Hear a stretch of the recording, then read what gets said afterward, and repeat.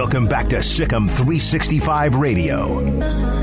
This is Paul Catalina's Top 5 at 5:55, presented by Champion Salon and Barber. To book your appointment, go to championsalonandbarber.com. Top 5 dark horse teams to watch in 2022. These are teams that closed the year well or maybe made a move or so that I think people need to look out for coming up next year. One group of 5 school to start it out. Number 5, North Texas. Closed out, got into a bowl game, and at one point during the year, Seth Luttrell was on the hot seat, but closed out strong. I think Conference USA's got to watch out for North Texas next year. The way they closed this year and United, and another year with Phil Bennett's defense might be good for them.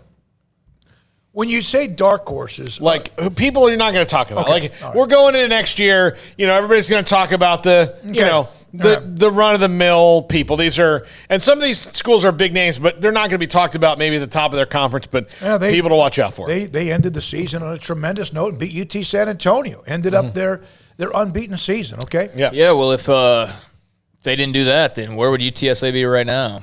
Yeah. I mean, how would the playoff have done that? No one got happier about that win by North Texas than the playoff committee probably did, if they even care a little bit. But, yeah, I mean, they're going to lose some good guys like DeAndre Torrey, great running back. He's going to be gone. He's been a mainstay there. So they'll lose some players like that, but everybody's going to lose somebody. So, yeah, I mean, the way that they turned it around, it certainly looked like Luttrell was probably, feet to the fire. And now he's cooled off a little bit, and they can kind of start looking forward to next year. So, yeah.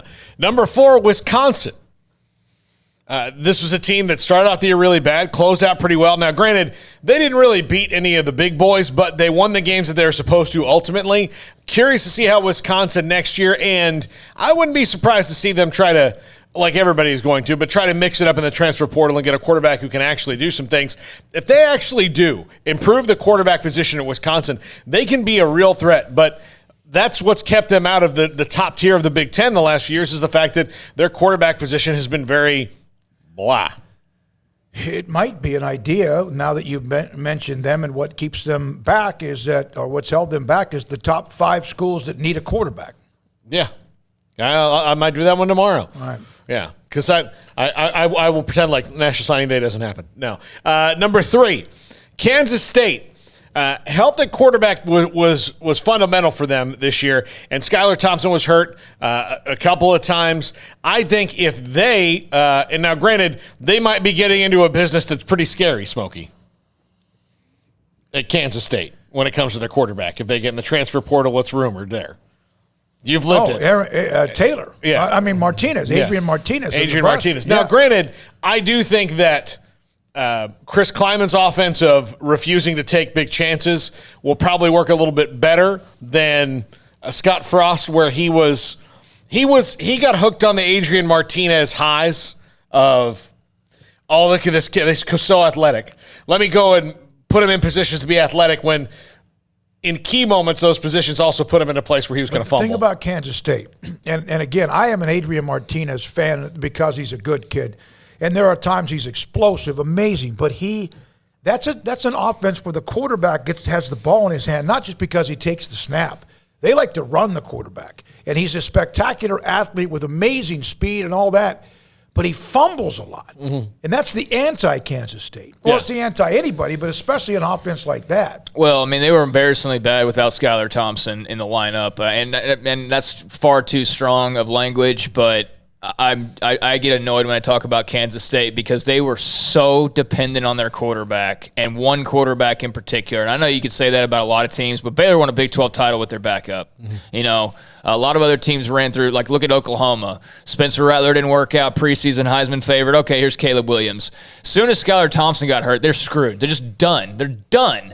And we saw that again this year. And then he comes back, and guess what? They're good again. Like all of a sudden they're good. And so, yeah, I mean, the best news about Skylar Thompson moving on is that you're not going to lose him anymore, and now you don't have him. So, yeah, get that quarterback room right and get some guys ready, because if you had that ready and guys a little bit better prepared or seasoned, then maybe it wouldn't be such a drop-off every time one guy is missing out of the lineup. Yeah. Number 2, Virginia. Tony Elliott's going there. They've got a quarterback returning in Brennan Armstrong, who's pretty good, or supposedly returning. I mean, he said he's coming back. He's coming back. I mean, he made a comment of it's either here or the NFL, but okay. I mean, which makes me think like at least he's thought about it, but he's not a guy who's going to be drafted high in the NFL, and he's someone who will benefit from Tony Elliott being there for a year. I think Tony Elliott plus a quarterback who's got enough skins on the wall here. Now, Virginia has other issues, defense and all that, but I do think Virginia may be a team to watch in year one, at least offensively, with Tony Elliott getting in there. Well, the ACC is nothing to get crazy about. I mean, there's no team that you just look at and you go, oh, yeah, there's the Clemson for next year. You're not even saying that about Clemson. We don't know what they're going to look like, quite frankly. So, yeah, I mean, the ACC's, there for the taking if somebody wants to go on a run. And, I'm very intrigued by Tony Elliott and what he's going to do. Brennan Armstrong has thrown a bunch of freaking passing yards. I mean, he's got an arm on him. And, like you said, I guess – apparently it is the NFL or Virginia, and he's just saying he's not going to transfer no matter what. So it'll be pros or staying in college. But if they get him back, that would be very good news for the Cavaliers. He was just hired, Elliott. Who's going to okay, so he will handle everything. He'll handle the offense, so that's a perfect fit for him, yeah. Yeah, perfect. I think so. And that's Dabo Swinney said as much in his press conference today that said that when Tony Elliott came to him, he said, yeah, that's the one. That's where you need to go. That's the one you kind of been waiting for. I think that's kind of a sleeping giant of a team, too, like just as far as the part of the country and the resources. And, I mean, I know they're never spoken about like the way even the Virginia Tech is spoken about, but I feel like Virginia, academics is great. That could be a place. Like the right person can make that a place. Yeah, they just haven't been able to figure that out for a very, very long time. At number 1, and this is just based on the transfer portal news of Austin Stogner and Spencer Rattler, is South Carolina. Look, Shane Beamer already making waves, and if he can get maximum out of Spencer Rattler, that's a team in the SEC East. Now, granted, they still got to go through Georgia, but look, Florida's down, Tennessee's whoever. Billy Napier right now he's working with a 61st ranked recruiting class coming in, so you can't expect big things out of Florida in the first year, and I think they know that. So outside of Tennessee maybe slightly on the uptick, and of course the big bad wolf of Georgia and the SEC East, you could maybe make some noise. This could be kind of maybe an Arkansas situation in the SEC East. Yeah, potentially, and good news for them. Unlike Arkansas, they don't have to go through that juggernaut of a schedule necessarily. Because that Arkansas thing started off hot and then just kind of simmered. Never got like cold or anything, but just simmered a little bit. But I mean, obviously they've had a huge upgrade at quarterback. I mean, even the parts of the Spencer Rattler game that you may not like or maybe is a little bit more of a weakness at times, it's still a major upgrade over what they had with Zeb Nolan back there throwing passes, and they had a revolving door there at quarterback. So just to have a guy, I think is going to be a big deal for them, especially somebody who's got a little bit of star power. And I think Stogner, that's a tremendous pickup as well. I think that's as notable as anything else. But obviously with their quarterback situation, getting Rattler's huge.